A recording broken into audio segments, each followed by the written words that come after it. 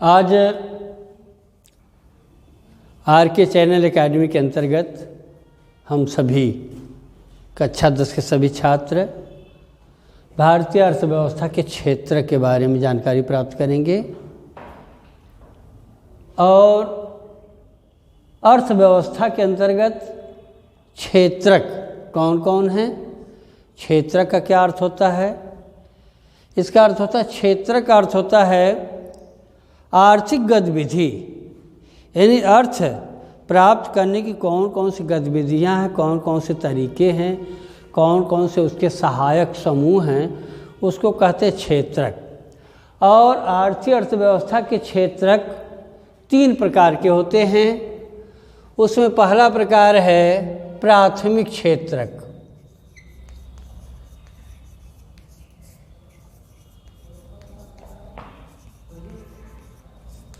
प्राथमिक क्षेत्रक, प्राथमिक क्षेत्रक का अर्थ होता है सर्वप्रथम कौन सी ऐसी हम गतिविधि करें, कौन से ऐसे हम क्रियाकलाप करें जिससे अर्थ की प्राप्ति हो, उसको कहते हैं प्राथमिक क्षेत्रक। प्राथमिक क्षेत्र के अंतर्गत सर्वप्रथम प्रथम रूप में जैसे हम कृषि कार्य, यानी व्यापक रूप से इसका अर्थ है प्रकृति से संबंधित, प्राकृतिक रूप से प्रकृति से संबंधित जो हमको चीज़ें प्राप्त होती हैं उसके द्वारा जो आर्थिक गतिविधि होती है उसको कहते हैं प्राथमिक क्षेत्रक। और प्राथमिक क्षेत्रक में जैसे आपका कृषि क्षेत्र है, कृषि में तमाम प्रकार की फसलें उत्पादित होती हैं, जो सारी फसलें प्रकृति, वर्षा, जलवायु, विभिन्न प्रकार के तापमान के आधार पर यह फसलें उत्पन्न होती हैं, उनके द्वारा किसान उन फसलों को उत्पादित करके अपनी जो आर्थिक गतिविधि प्राप्त करता है उसको कहते हैं प्राथमिक क्षेत्रक। इसमें जैसे आपका खेती हुआ, वनस्पति हुई, पशु हुए, जीव जंतु हुए, ये सारे डेयरी उद्योग हुआ, ये सब प्रकृति पर आधारित होते हैं, इस नाते इसको कहा जाता है प्राथमिक क्षेत्रक। इस क्षेत्रक को कृषि क्षेत्रक या कृषि सहायक क्षेत्र भी कहा जाता है, क्योंकि जैसे कृषि के क्षेत्र में गन्ना हुआ, गेहूँ हुआ, धान हुआ, ये सारी चीज़ें उत्पादित करके हम मार्केट में ले जाते हैं, उससे हमारी आर्थिक गतिविधि लेन देन आयात निर्यात होता है, इसको कहते हैं प्राथमिक क्षेत्रक। दूसरा है द्वितीयक क्षेत्रक।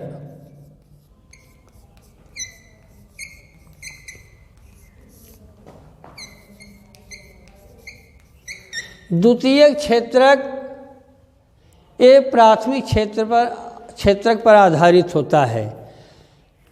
जैसे हम प्राथमिक क्षेत्र से जो चीज़ें उत्पादित करते हैं, उत्पादित करने के बाद फिर यह दूसरे क्षेत्र में जाता है, उसका बनता है। जैसे मान लीजिए गन्ना हुआ, गन्ना हमने कृषि क्षेत्र से प्राथमिक क्षेत्र से उत्पादित किया और उस गन्ने के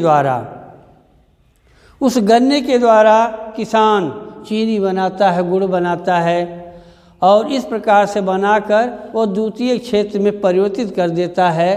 ये सारे काम औद्योगिक क्षेत्र में चले जाते हैं, इस नाते इसको कहते हैं द्वितीय क्षेत्रक।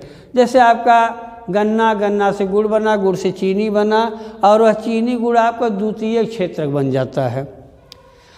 और जैसे वनस्पतियाँ हुई, जंगल की लकड़ियाँ हुई, ये सारी चीज़ें प्राकृतिक रूप से उत्पादित होकर जब कटाई करके चली जाती है द्वितीय क्षेत्र में, तो परिमार्जित होकर परिवर्तित होकर ये दूसरे क्षेत्र में काम करती हैं, जिससे हमको अर्थ की प्राप्ति होती है और द्वितीय क्षेत्र बन जाता है। अर्थात करें बिना प्राथमिक क्षेत्र के द्वितीय क्षेत्रक संभव नहीं है।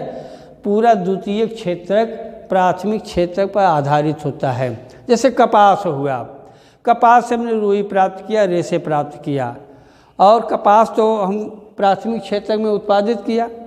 इसके बाद वह कपास से रुई उत्पादित होकर जूट उत्पादित होकर कल कारखानों में जाता है, फैक्ट्रियों में जाता है, निर्मित होकर उसके विभिन्न प्रकार के आयाम बनते हैं, तो उस प्रकार से वो द्वितीयक बन जाता है।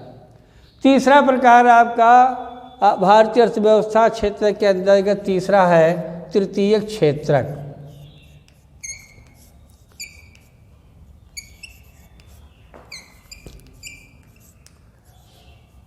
तृतीयक क्षेत्रक। अब जो आपका तीसरा प्रकार है यह तृतीयक क्षेत्रक जो है प्राथमिक और द्वितीयक के आधार पर ही आपका तृतीयक क्षेत्रक बन जाता है। तो तृतीयक क्षेत्रक जो है प्राथमिक द्वितीयक पर आधारित है। जैसे हमने गन्ना प्राथमिक क्षेत्र से उत्पादित किया, फिर गन्ना परिवर्तित होकर गुड़ बना, चीनी बना। अब निर्मित एक प्रकार से द्वितीयक जो निर्माण करता है निर्मित होता है। निर्मित होने के बाद तृतीयक क्षेत्र जो है दूर दूर तक देश प्रदेश जिले यानी व्यापक रूप से इसको सेवाओं में प्रदान करता है। इसको सेवा क्षेत्रक भी कहते हैं। अब जैसे गन्ने से गुड़ बना, गुड़ से चीनी बना, चीनी से मिठाई बनी, मिठाई से बिस्कुट बने, विभिन्न प्रकार के सामान बनते हैं।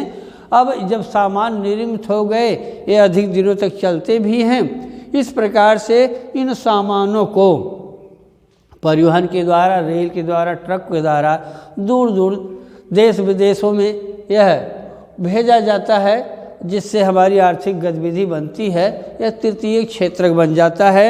इसको सेवा क्षेत्र भी कहते हैं। इसके अंतर्गत सेवा क्षेत्र के अंतर्गत कुछ अप्रत्यक्ष रूप से सेवा क्षेत्रक होते हैं, जैसे आपके डॉक्टर हुए, शिक्षक हुए, वकील हुए। ये अप्रत्यक्ष रूप से काम करते हैं, सेवा करते हैं, लेकिन यह आर्थिक गतिविधि का भी एक प्रकार का स्रोत होता है, लेकिन यह प्रत्यक्ष रूप से लोगों को प्राप्त नहीं होता है। ये सेवा देते हैं। इस नाते जो तृतीयक क्षेत्रक है सेवा क्षेत्रक जो परिवहन के द्वारा दूर दूर तक लोगों की सेवा में जाते हैं।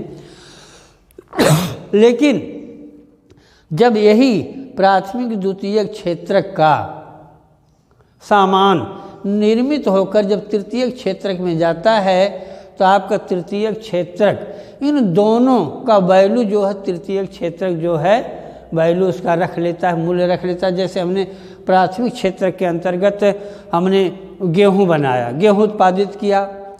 अब गेहूं चक्कियों के द्वारा, कल कारखाने के द्वारा आटे में निर्मित हुआ। जब आटे से निर्मित होकर द्वितीय क्षेत्र में चला गया, तो जब द्वितीय क्षेत्र में चला गया तो फिर उस आटे से विभिन्न प्रकार के निर्मित सामान बनते हैं और सामान बनकर पैक होकर डिब्बों में जब तृतीय क्षेत्र में पहुंचते हैं तो सारे मूल्य जो है इन दोनों के मूल्य तृतीय क्षेत्र में रख दिए जाते हैं। जैसे मान लीजिए बिस्कुट बना आटे से, आटे में चीनी बनी और उस आटे को बनाने में, गेहूं पैदा करने में, आटा निर्माण करने में, चीनी बनाने में, बिस्कुट का निर्माण करने में जितने भी व्यय पड़ते हैं सारे व्यय तृतीय क्षेत्रक में, परिवहन का भी व्यय होता है तृतीय क्षेत्रक में रख दिए जाते हैं।